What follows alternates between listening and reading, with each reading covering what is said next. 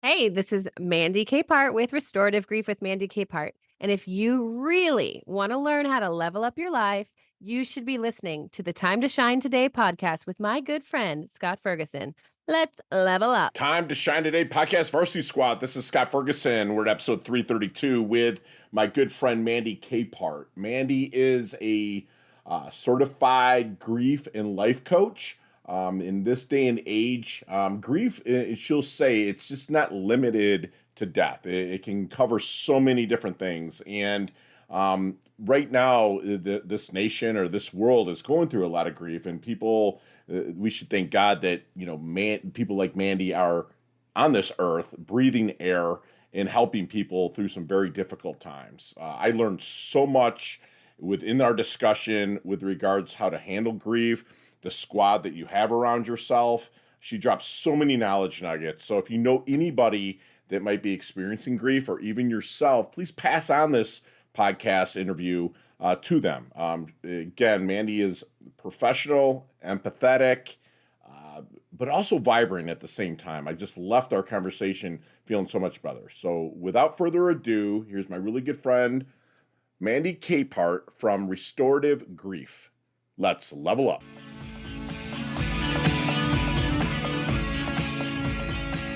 Time to Shine Today podcast Varsity Squad. This is Scott Ferguson, and I got my lady from the left coast out there, Miss Mandy Capehart. And her company is Restorative Grief with Mandy Capehart, which grief holds really true to my heart. I mean, she was gracious enough to donate to the suicide life prevention hotline. People that know, my little brother, killed himself, and 4 guys that I did the deed with in Iraq, Afghanistan, Somalia, and whatnot back in the day have taken their own lives. And I've dealt with grief a lot in my life. And I really wish somebody like Mandy was around at that time. And I'm glad that she's a part of my life now. I'm grateful and blessed. And Mandy is an author, a speaker, and a certified grief and life coach in the Pacific Northwest. She's the founder of the Restorative Grief Project, an online community of grievers and grief supporters looking for movement while they heal. Her own experience with grief left her searching for resources while offering empathetic, long-term support without minimizing the pain of the moment. When she found nothing, she created it for herself and, even more importantly, for you. And Mandy, thank you so much for coming on. Please introduce yourself to Time to Shine Today podcast Varsity Squad. But first, what's your favorite color and why? Blue. Blue. Easy answer. You were both rocking a We version of look blue. good right now. That's right. And I'm looking at the Atlantic Ocean right now over here to my Okay. right. And it's blue. It's just super hot. So I love to keep my shows light and moving, but grief is a real thing, so I really kind of want to go deep and kind of get into what happened in your roots to get to you where you are today, doing such a phenomenal, awesome service to people. Yeah. So my grief story started when I was really young. And over the last 38 years of my life, I've lost someone probably every year. It's hard to count. But I've also experienced a lot of grief events that were unrelated to death, because grief is not limited to the loss of life. And in 2016, my mom died.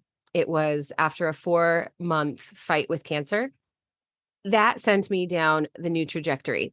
She was the most significant loss I'd experienced to that point. And I'm talking about in addition to miscarriages and other losses as well that personally affected me. And so as we progressed the 4 years between 2016 and 2020, when I wrote the book, I was going through a lot of very confrontational moments with my faith practice, with my community, and in loving ways to say, you can't do this. You can't support me the way I need it. I'm trying to figure out what that looks like too, but I need you to come along with me. And so in 2020, when I had just lost my job, I had just had a miscarriage. I was just dealing with some very public, personal attacks on my character. It was a very traumatic thing to see. Oh, now we're in a global pandemic and we're shutting down the world for the next 2 weeks. That was the day that I said, I don't want to live in a world that's not grief literate. I'm going to do whatever I can to bring what served me to the foreground, but not in a way to say, this is what helped me, so it will help you. In a way that says, this is what helped me, and here's how I discovered what would actually be meaningful for me in grief work, because nothing is completely universal in what would help. And so it transformed into writing this book about my story as kind of a memoir, but also a guidebook to really support the faith community that I was a part of, because they were struggling to know what to say that didn't minimize my pain or spiritually bypass it. And it ended up becoming this incredible tool because 2 years ago today was the anniversary of the Almeida fire in our region. So there was a wildfire that annihilated 2 of our towns right next door. My work became very practical very quickly. And to this day, most of the people involved in my coaching practice, either in the group or in person, are fire survivors from that year. Wow. And so it's a really become this career path I never wanted, but the most fulfilling thing I've ever done in my life. Wow. And I love that you're transparent about that you didn't ever want it, but it's happening. So when you're someone that has went through grief, did you write yourself out through what I mean by kind of like therapy through writing and get out, or did you have somebody in a tribe of people that help you through that? It's a combination of things. My community was very big, just as far as like a lot of connections.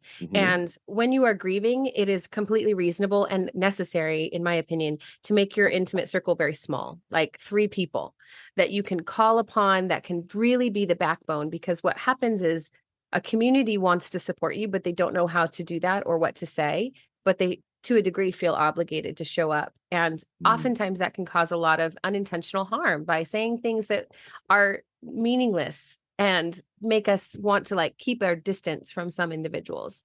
For me, I was already in therapy in 2020. Well, before that, because of that situation I spoke of, for a lot of anger and a lot of grief and a lot of just frustration and resentment.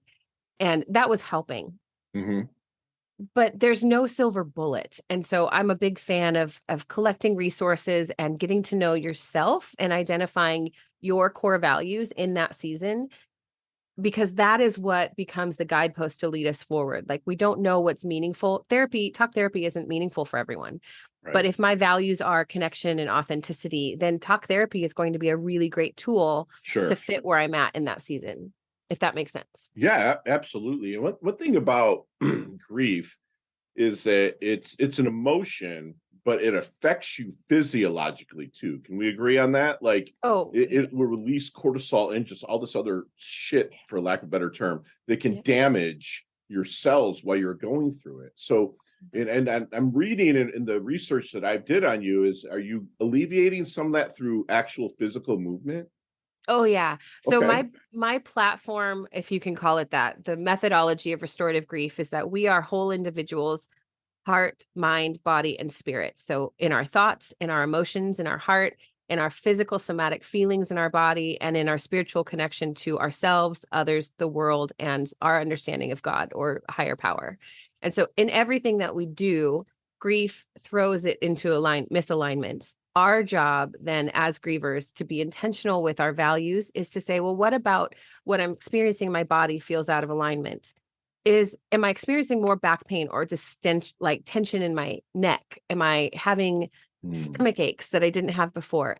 Being aware of that impact on our body allows us to then say, well, what could I do that alleviates that? That's not just looking at the symptom of a tummy ache, but that's looking at the source of, oh my gosh, anxiety of anticipatory grief because this person's going to die and I'm freaking out about it and it's manifesting in my stomach. What can I do to then say, I see you.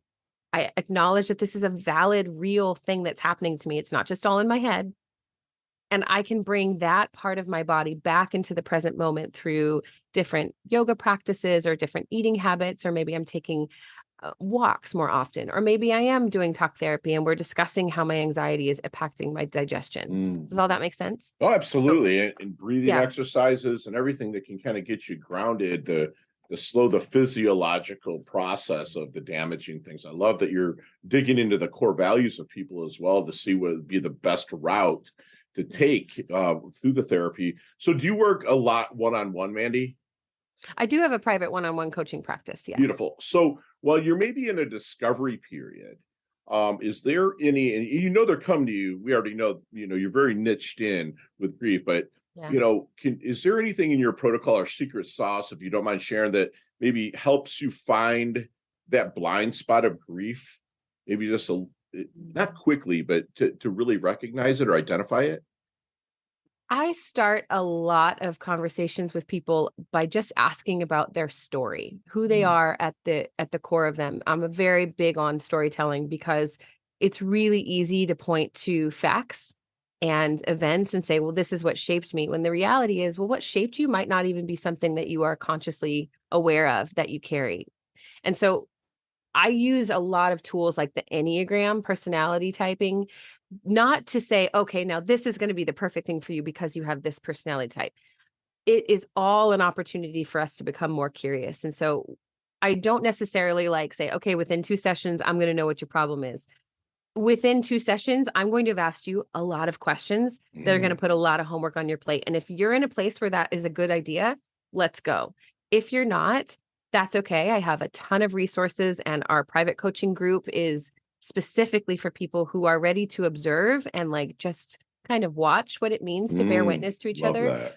but So aren't good. necessarily ready to dive in and be vulnerable or chase down their own deep rooted, what am I grieving? Because we have a lot of latent grief that we don't necessarily have assigned as Hmm. grief in our story. And so the more that we get to know who we are, where we come from, and what we value, the more we can identify where we want to head and begin to integrate all of those concepts and our story Wow, of grief into who we are and that's who we're deep. becoming. You're unpacking it. You're getting down really. I know I've used the word core a lot, but the core is Mhm. where you're really digging down to. So, well, Yeah. while you're maybe in the discovery period, is there any good question that you wish they would ask you but never do?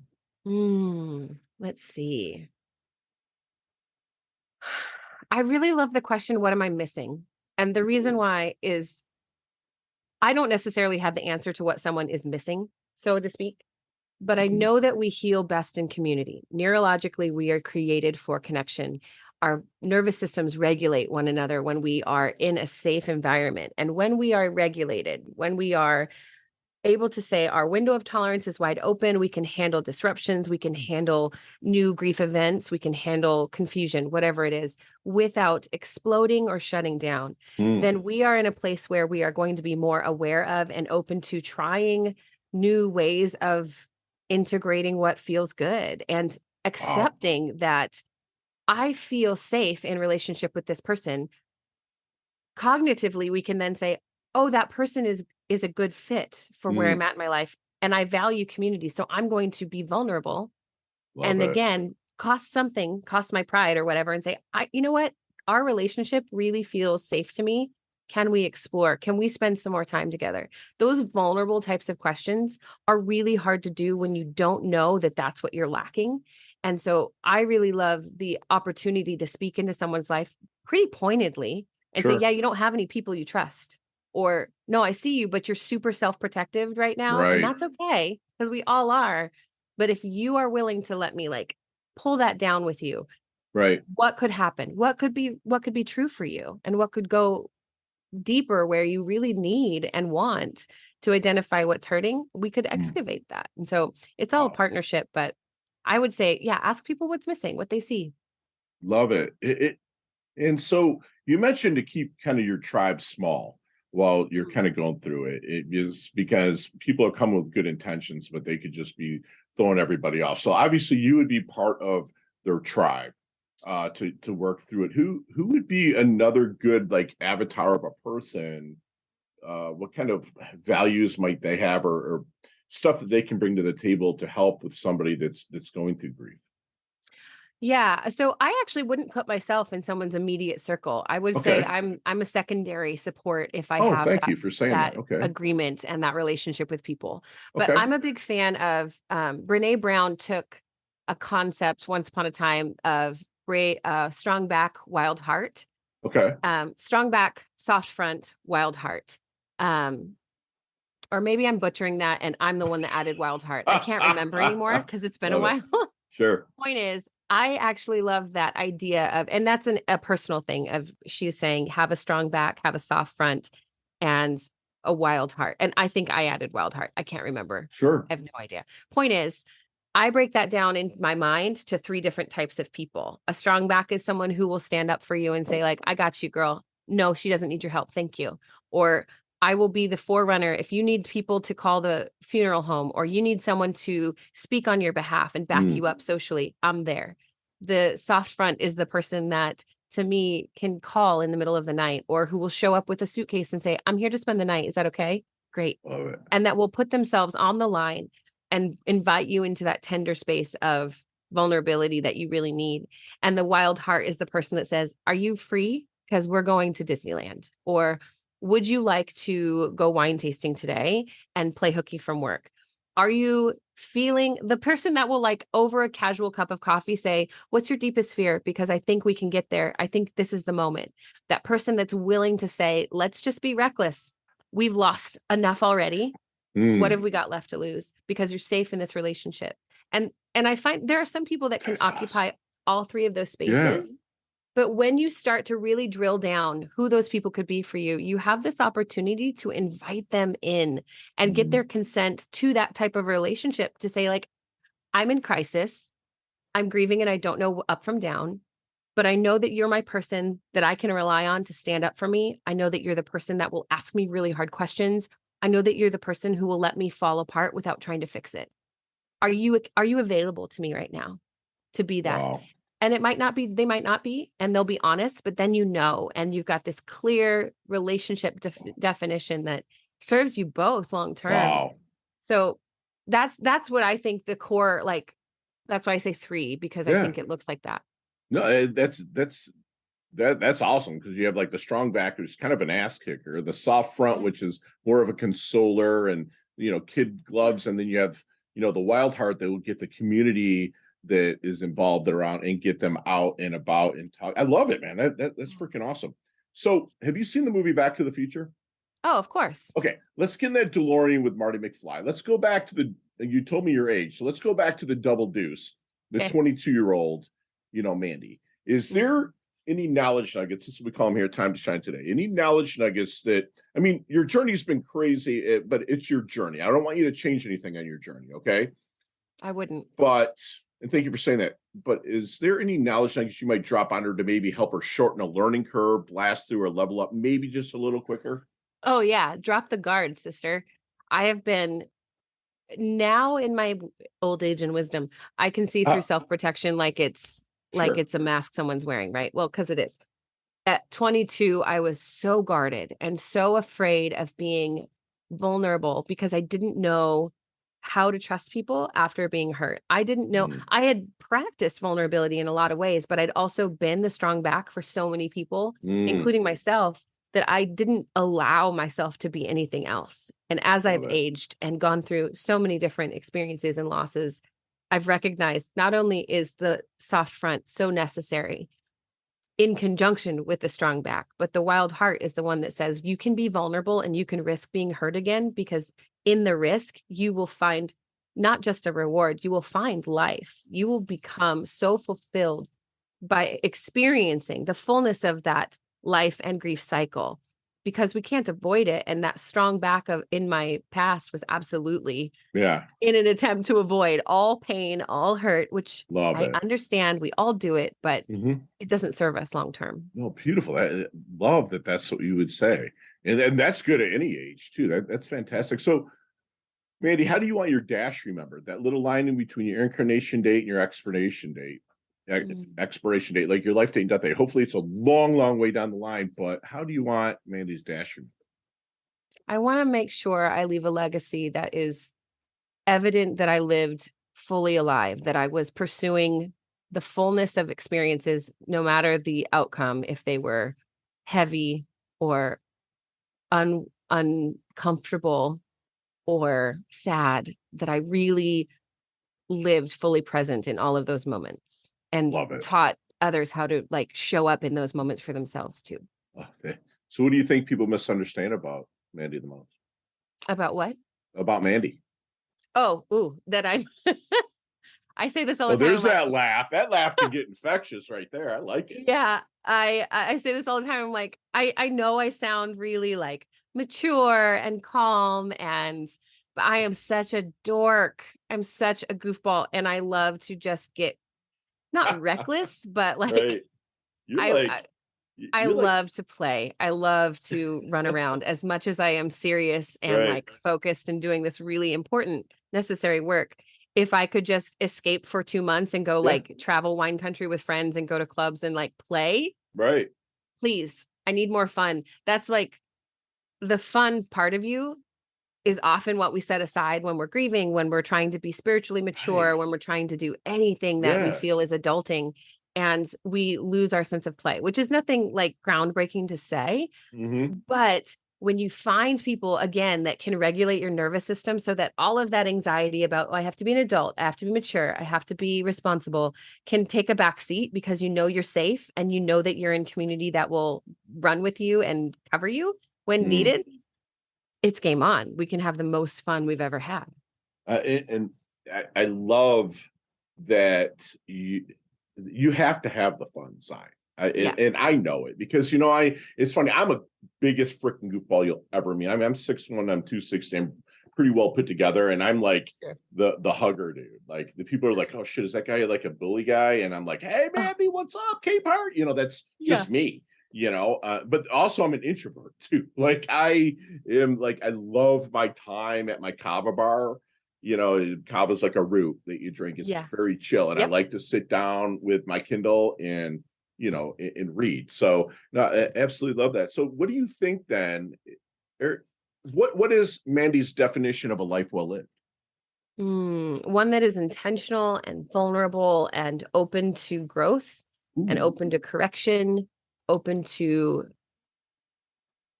being wrong, yeah, open to, I think that that's where we self-protect the most is we don't want to regret our lives. So we don't want to make mistakes. We want to do things right. We want to honor whatever culture we're in. We want to honor whatever moral code we hold on to or an ethical, which is beautiful. right. But we can go too far in that direction and become rigid and live in a way that is so fear driven of the future or too busy ruminating on what was and what we Hmm. had and what we compromised and left behind that we fail to be present. So I think for me, a life well lived is mindfulness of the moment, the uh, Yes. the art of being present in the Yeah. absolute moment to moment life. And there's this amazing Japanese principle that I can't remember the name of it right now, but that's exactly the whole thing. It's this idea that this moment will never happen again. This moment. We Right. cannot create this moment again, no matter what we do, even if the same people are in the same place with the same ingredients, it will be a different moment because we are different people showing up in that moment. And so becoming really mindful of where we Yes. stand and being Yeah. present where our feet are located is That really is the beautiful for best me. advice. I mean, ever. I even have an analogy with my coaching clients that so many people have a foot in the future, a foot in the past, and they piss all over the present, right? And it's Mm. like you picture yourself sitting in a car, and that rearview mirror is small for a reason. Yeah. Past is a great place to visit, learn from, but like leave Yeah. it there, and the windshield is like everything that's there that's ahead of you. But like you can't drive that freaking car without being present, hitting the button to turn it on and going. So I love that you just said that. Yeah. That's And as fantastic. one of the things too, just to add to that, as Yeah. a trauma-informed grief educator, part of my work is being mindful too that our ability to leave the past in the past is really hindered by our experiences with trauma. And so Yep. I want to be careful that, and this I encounter a lot in coaching. So just hear my heart. We don't necessarily recognize that it goes so much beyond mindset. It goes beyond our just decision to make a different choice or a better choice. We really do experience so much in our lives that are not ours to control. Mm. And doing that deep level, like value level identity work and working with people who are educated in that trauma Right. arena, where you have the ability to then recognize, to be able to even say for yourself, my rear view window mirror is a lot smaller than I think it is. Okay. What does that mean for me? How do I stay present when those absolute visceral flashbacks come to the Mm. table and want my attention? What tools do I have in my kit that I can say, I'm safe, my body is present, I'm not at risk right now. Like, because you can say it, but it's meaningless if it doesn't actually affect a change and have Truth. an undercurrent of reality and education behind it for you to like hold on to as real. Wow. That's deep. That's strong. You went deep, way deeper than I ever do. And I'm going to re-listen to this part of the podcast to reiterate and bring it home. Time to shine today. Podcast Varsity Squad. We are back, and Mandy, we'll meet up one day. I can visualize. I can see it on down the road. Maybe share a brain grenade out there in Oregon, and just have a little chill, relaxed conversation. We'll probably talk some of these questions, maybe 15, 20 minutes. But within our leveling up lightning round, you have 5 seconds with no explanations. You ready to level up? Hit me. Let's do it. All right. Mandy, what is the best leveling up advice you've ever received? Get out of your own way. Yes. Share one of your personal habits that contributes to your success. Walking. Yeah. A lot. Good. So you see me, I'm walking down the street. You're like, man, Fergie looks like he's in his doldrums a little bit. What book might you hand me? Other than yours. Sorry. I wouldn't even give you my book. What book would I hand you if you look low? I would give you this story sucks because I read 1,000 books. I would give you something humorous, like that was completely meaningless, but like David Sedaris or something. There you go. Hilarious and beautiful, comedic. Awesome. Most commonly used emoji when texting. Mine? Oh, it's the like sideways laughing because I think everything is funny. Beautiful. Nicknames growing up? Pants and Super Mandy. Okay. And chess, checkers, or Monopoly? Oh, Catan. Oh, really? Something more complicated. Okay, very cool. Super nerd. Super nerd. Go-to ice cream flavor? Coffee. Beautiful. So there's a sandwich called the Super Mandy Pants. What's on that sandwich? Build it for me. Dang, aioli. So my mom was a chef. You didn't know this. And she was one of the best sandwich makers in my entire life. So it's got sprouts, it's got aioli, it's got like some garlic, it's got like 4 different meats. There's tomatoes. Oh, I was going to say we're going meats, right? Heirloom tomatoes. Yeah, like 4 of them, different ones. Right. Very cool. Like organic greens. It's so good. There's like Dijon mustards, only the fanciest of mustards. Love it. Yeah, it's that Grey Poupon. Love it. So last question, you elaborate on this a little bit more, but what is the best decade of music? 60s, 70s, 80s, or 90s? Oh my God. I loved the 90s. I love the 80s, but I love 90s music. It was when I remember the day someone said, like, you don't know who Britney Spears is? And I'm like, no, because I don't care. Right. And I was like, I mean, like, let me hit this. I'm in middle school. I should probably know. And I was like, shoot. Okay. So like my secret sin, my secret love of pop music. Okay. Very good. I graduated in 90s. I just turned 50. So, I graduated in 90s. So the 80s is my jam. And I just I just look at the 80s with like, the big hair don't care, the glam rock bands, the metal bands, the thrash bands, all kind of started the rap with the Beastie Boys and Run DMC, the invasions of U2 and Duran Duran and Men at Work. It's like, that's kind of my jam. And I see so many like much music, like Pitbull has like the song by Aha, Take On Me, like in his song. That was my cell phone ringtone all through high school was Take On Me by Aha. So I'm like an 80s, 90s cusper because I grew up outside of Seattle. So I was very into grunge music and very into alternative rock and all of that stuff. So that's kind of where I hit. But then of course pop music because I was in high school and all the boy bands were the thing. So I had to fit in. Boy bands were huge. And I was stationed for 7 years at Seal Beach down in San Diego. And it was like we had this invasion of like this Nirvana and Pearl Jam and stuff like that in the early 90s. And like, really, they're out of Seattle, this grunge scene. And I was like, F that, man. But then it was like, it's actually, like really incredible. Okay, go. Yeah, it's awesome. So, Mandy, how can we find you, my love? I am all over Twitter and Instagram at Mandy Capehart. Okay. I'm pretty active. And then my website, mandykapehart.com, has links to everything. My groups, my book, my podcast, my Patreon, all those things are linked on mandykapehart.com. Let's go into a little bit about your book, Restorative Grief, that you wrote in 2021. Yeah. So it's a 31-day memoir-ish, I say, because part of my story is throughout it. It's really Okay. geared towards the faith community in a sense of there are stories of like what happened with my faith when I was grieving my mom's loss. And each day is in a very short, consumable, punchy little like devotional style, for lack of a better word. Sure. Has a prompt that also includes like a scripture reference, but it also includes practices and quotes and influence from every different religious experience that has affected my own grief process. And so it's broad, but it definitely has the theme of Christianity because that's the religion I was That's raised fine. with. I'm Christian. That's beautiful. And squad, um, let's go with restorative grief. If you put restorative grief in any of our social, I don't care if it's Pinterest, I don't care if it's Twitter, Instagram, LinkedIn, anywhere you put restorative grief, the first person that puts that, I will personally buy a copy of Mandy's book, and hopefully Mandy can John Hancock it and mail it to you.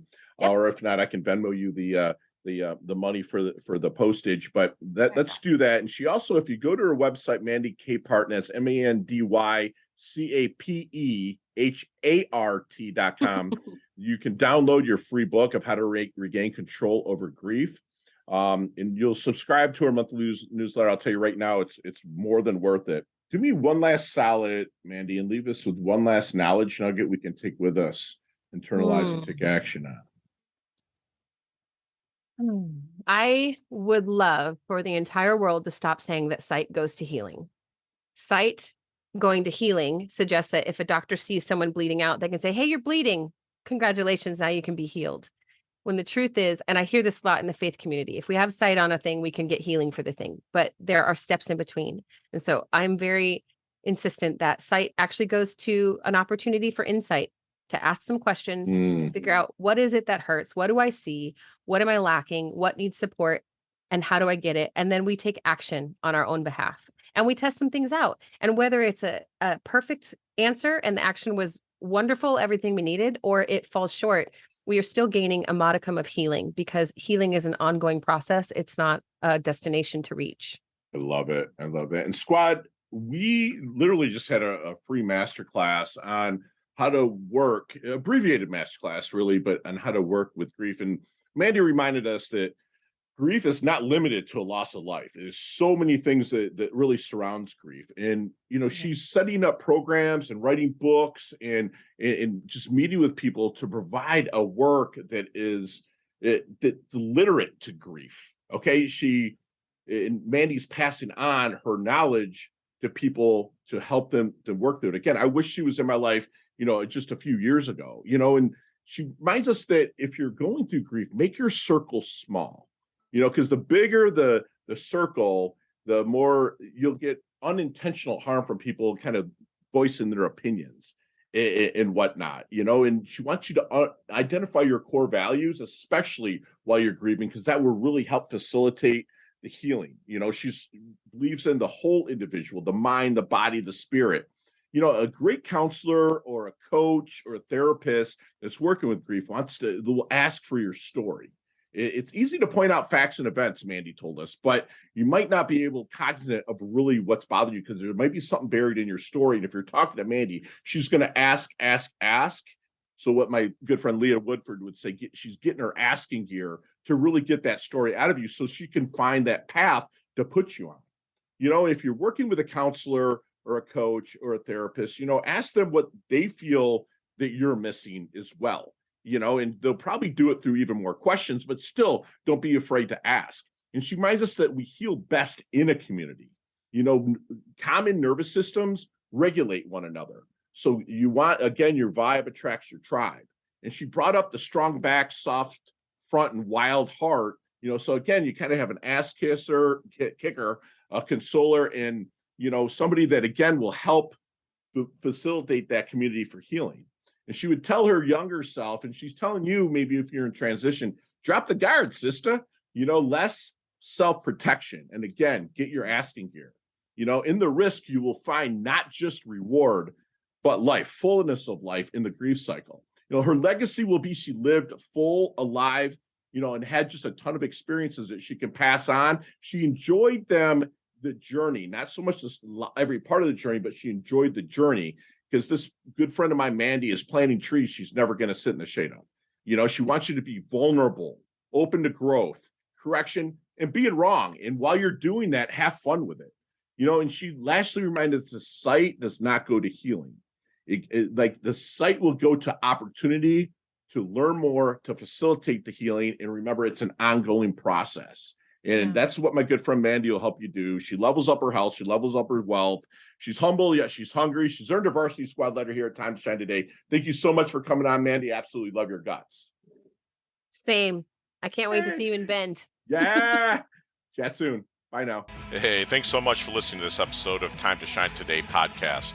Proudly brought to you by Sutter & Nugent Real Estate Excellence, who can be reached at 561-249-7266 and online at www.sutterandnugent.com. If you're a business owner or professional who would like to be interviewed on Time to Shine Today, please visit timetoshinetoday.com/guest.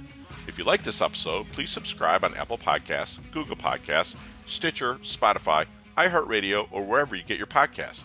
There's a link in the show notes to our website. Also there, you will see our recommended resources. We hope that you will support our show by supporting them. If you like what you've been listening to, it'd be great if you could just give us a 5-star rating and tell your friends how to subscribe while you're at it. I'm your host, Scott Ferguson, and until next time, let's level up. It's our time to shine.